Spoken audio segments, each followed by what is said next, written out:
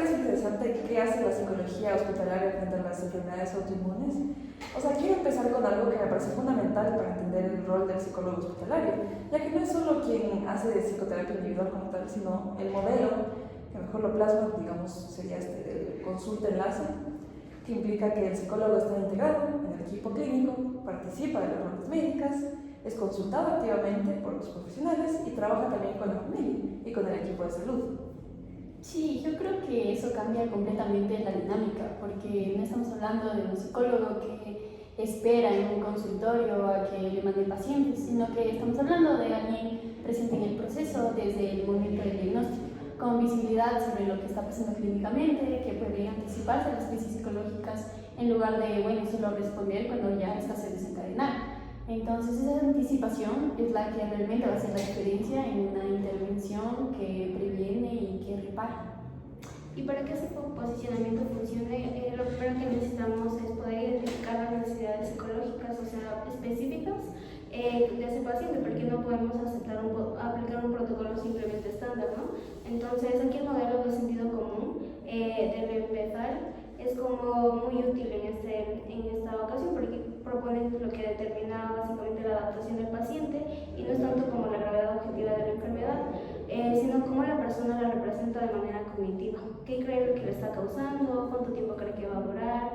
¿Y cuánto control siente que tiene sobre su enfermedad? Entonces esta representación subjetiva puede como predecir las conductas de salud por parte de marcadores biológicos en muchísimos estudios.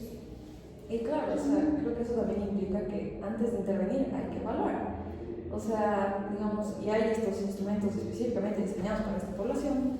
Por ejemplo, yo he escuchado del Brief Illness Perception Questionnaire, que mide precisamente justo esa representación de la enfermedad de la que hablas tú, Ana. Entonces, además he escuchado que la escala de ansiedad y depresión hospitalaria es especialmente útil en este contexto, porque, digamos, hay una razón técnica importante para elegirlo sobre los otros. Sí, exactamente. En esta población hay un problema real de solapamiento de los síntomas. Es decir, que un paciente con lupus puede tener fatiga intensa, alteraciones del sueño, pérdida del apetito, que son síntomas de depresión, pero también son síntomas propios de la actividad de la enfermedad. Si usamos el inventario de Beck, el estándar, por ejemplo, podemos sobrediagnosticar depresión por solo un componente que veamos que sea somático. Entonces, el HATS fue diseñado, por ejemplo, para contextos hospitalarios, donde ese solapamiento es un riesgo real, no incluye ítems somáticos. Entonces, lo que hace es que discrimina mejor entre el malestar psicológico y los síntomas físicos de la enfermedad. Y también con esto tenemos el F36, que nos va a dar bastante información sobre la calidad de vida en varios dominios, que es muy relevante para planificar una buena intervención. Y una vez que se tiene esa evaluación, viene la psicoeducación.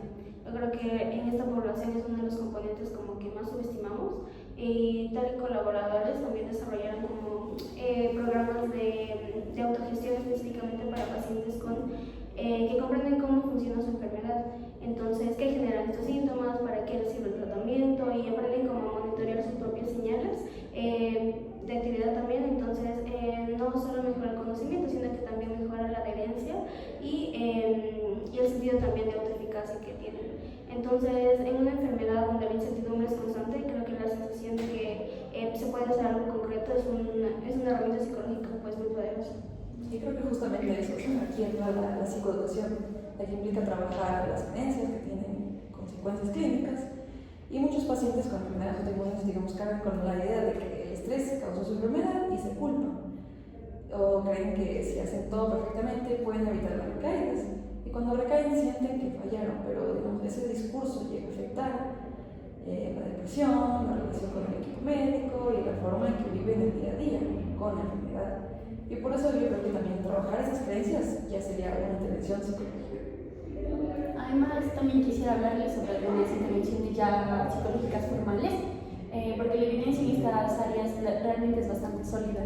Sharpe y algunos colaboradores leí una vez que en 2011 hicieron un ensayo controlado donde aplicaron una terapia cognitivo-conductual para la depresión en pacientes con artritis reumatoide, y los resultados mostraron, la verdad, bastante mejoría, no solo en los indicadores psicológicos, sino también en el funcionamiento físico.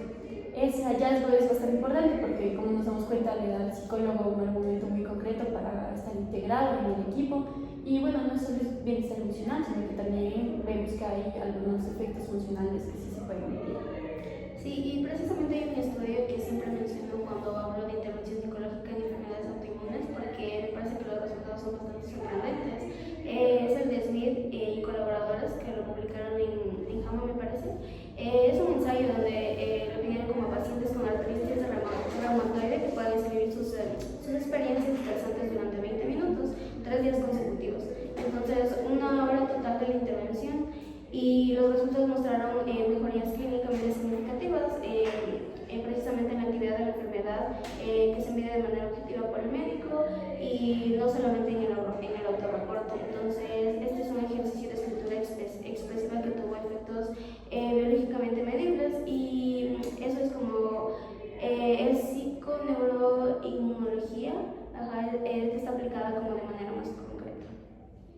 Interesante, o sea, sobre esto igual la intervención psicológica pues no pega solo a nivel emocional, porque hay mecanismos biológicos a través de los cuales el estado psicológico afecta estos marcadores inflamatorios, y eso debería estar en la conversación del equipo interdisciplinario como argumento para incluir al psicólogo en la atención de base como tal, y no solo en los casos de crisis.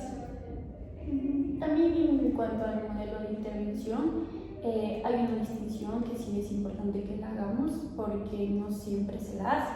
Entonces, es la diferencia entre el TCC y el ACT en el contexto de una enfermedad crónica.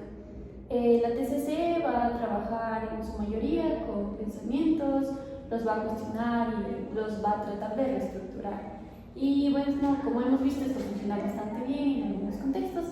Pero en una enfermedad que es irreversible hay pensamientos que no son pues simplemente ciertos, como por ejemplo voy a vivir con esto para siempre o no sé cuándo va a volver la crisis.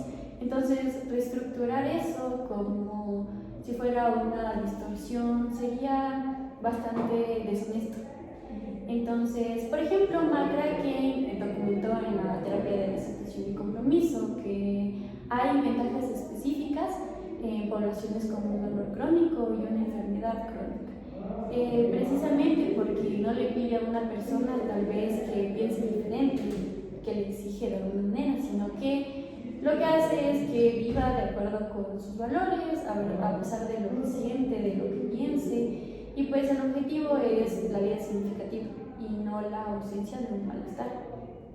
Sí, y esa distinción tiene implicaciones prácticas enormes, entonces no es decir simplemente aplico TCC porque es la más válida, sino es qué necesita esta persona con esta enfermedad y en este preciso momento. Entonces, el modelo de intervención tiene que responder precisamente a una conceptualización clínica, no solamente a un protocolo automático. Y básicamente eso es justo lo que diferencia a un psicólogo clínico de alguien que simplemente aplica técnicas. Claro, o sea, aquí también creo que me parece importante hablar de este trabajo con las familias, o sea, que no se queda fuera de esto, ¿no es cierto? El psicólogo hospitalario puede hacer psicoeducación con los cuidadores, trabajar el duelo anticipatorio que muchas familias viven en silencio, también intervenir en crisis cuando hay momentos de descompensación aguda. Y hay algo que me parece también importante decir, y es que la intervención con la familia no solo va a buscar proteger al paciente, sino que también tiene que atender, ¿no es cierto?, al cuidador como persona con necesidades propias. Así al cónyuge que también está en riesgo de depresión, que organizó su vida, que muchas veces ni siquiera nombra su propio agotamiento porque siente que no es su lugar, digamos, quejarse, ¿no es cierto? Y además con el equipo médico también el rol va a ser de manera múltiple. Primero hay que capacitarlos en la comunicación porque no siempre se va a dar el diagnóstico de la misma manera, sino que es importante buscar el cómo, por ejemplo en condiciones crónicas, en cómo manejar una consulta con un paciente que puede estar asustado, puede estar enojado, puede presentar diferentes reacciones. Entonces es importante aprender a cómo sostener conversaciones que sí son difíciles, pero no hay que evitarlas. Además también los espacios de supervisión son muy importantes y los de contención emocional, porque para los profesionales es importante también tener esta guía y un espacio en el que puedan expresar cuando sientan que estas situaciones lo pueden llegar a superar. Entonces es importante también decir cómo se vive el episodio y pues porque también están expuestos a mucha fatiga por compasión, por ejemplo, y en muchos hospitales no existe ningún espacio institucional en realidad como para procesar lo que les está pasando a los profesionales. Sí, y otro punto también importante que bueno, yo creo que es quizás el rol más valioso, pero que es lo menos visible también, el psicólogo puede funcionar como un puente, o sea, entre el mundo emocional del paciente y el equipo médico. Porque, bueno, ¿cuántas veces cuando el paciente tiene miedo, que no sabe cómo verbalizar la consulta, ¿no es cierto? Entonces, a veces siente que no puede hacer preguntas, porque muchas veces ven a los médicos apurados. Entonces, el psicólogo puede como que llevar esa voz al equipo, puede actuar como ese cruce entre comunicación y puede como mejorar la calidad de atención, básicamente. Y lo mejora de una manera que no va a requerir como un tiempo de médico, sino como sería de mejor información para todos. Creo que justamente eso, o sea, esto nos lleva, digamos, ya al trabajo interdisciplinario, que en estas enfermedades va a ser imprescindible. En la atención, digamos, de un paciente con una enfermedad autoinmune compleja, puede haber un reumatólogo, nefrólogo, dermatólogo, fisioterapeuta, un nutricionista y un psicólogo. Entonces, creo que ahí sí el reto es que todos los profesionales están construyendo, digamos, su visión compartida del paciente como persona y no solo sumando intervenciones paralelas que no se hablan entre sí. Entonces, creo que ahí sí el psicólogo puede facilitar esa integración porque tiene una mirada sobre el funcionamiento ya más global del paciente que los otros especialistas, ya saben, cada uno enfocado en su sistema de órganos, pues no siempre tiene el tiempo de desarrollar esa emoción. Sí, por eso también teniendo en cuenta todo lo que decimos en ese contexto, pues lo que funciona son los planes de cuidados integrados, porque cada profesional sabe qué están haciendo los demás, entonces se comparte la información, cuáles son los objetivos compartidos y dónde empieza y dónde va a terminar cada rol.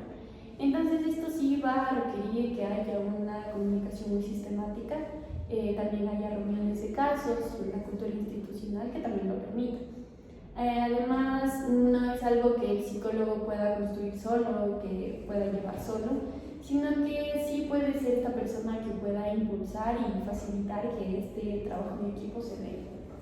Claro, sí, y también es preciso poder hablar también de los límites, porque me parece como una parte de la ética de nuestra práctica tener súper claro esta cuestión, porque claro, la psicología hospitalaria no cubre enfermedades autoinmunes y no puede tampoco eliminar la incertidumbre, ni siquiera resolver como el dolor crónico, ¿no es cierto? Entonces, no puede hacer que alguien tenga una buena calidad de vida si no se tiene un buen acceso a un tratamiento médico que sea adecuado para el paciente.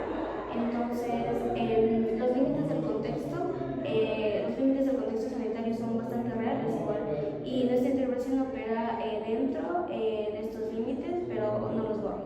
Entonces, confundir nuestra capacidad de acompañar con la capacidad de resolver sería un poco una falla ética, y también sería como una fuente para el burnout, para nosotros mismos como profesionales. Sí, tienes mucha razón.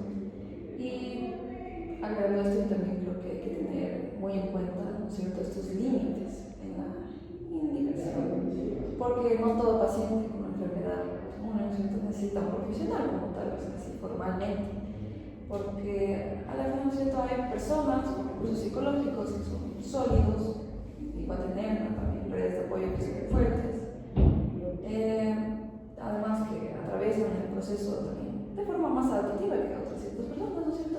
Entonces creo que ya la intervención psicológica como tal debe estar indicada clínicamente, basada en una evaluación y no administrada de manera arbitraria, ¿no es cierto?, para todos, porque en realidad no todos van a necesitar.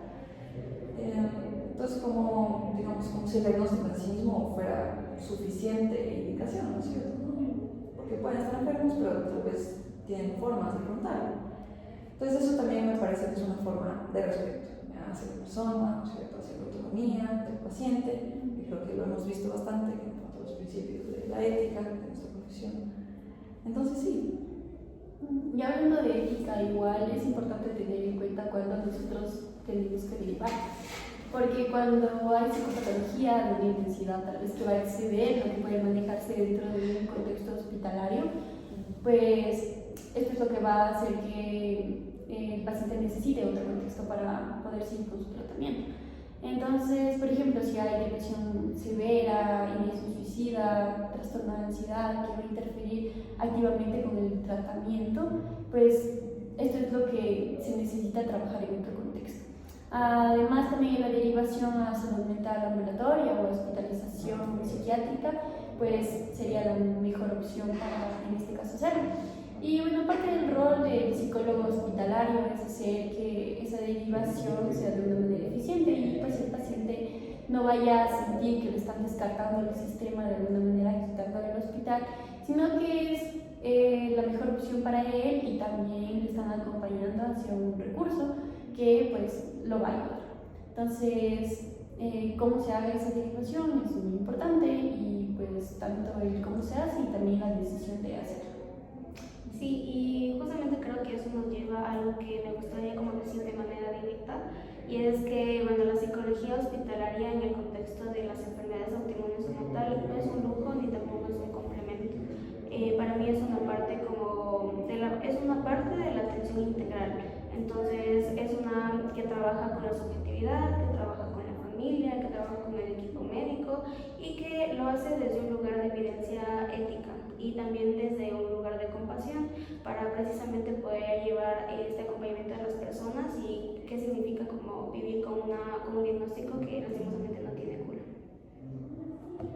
Ok, aquí creo que exactamente, o sea, lo que le diferencia, ¿no es cierto?, a una psicóloga hospitalaria que realmente incide, digo, de una que solo ocupa un lugar en el organigrama, ¿no es cierto?, es justamente esa comprensión, ¿no?, la enfermedad como un diagnóstico, pero de la persona que está viviendo.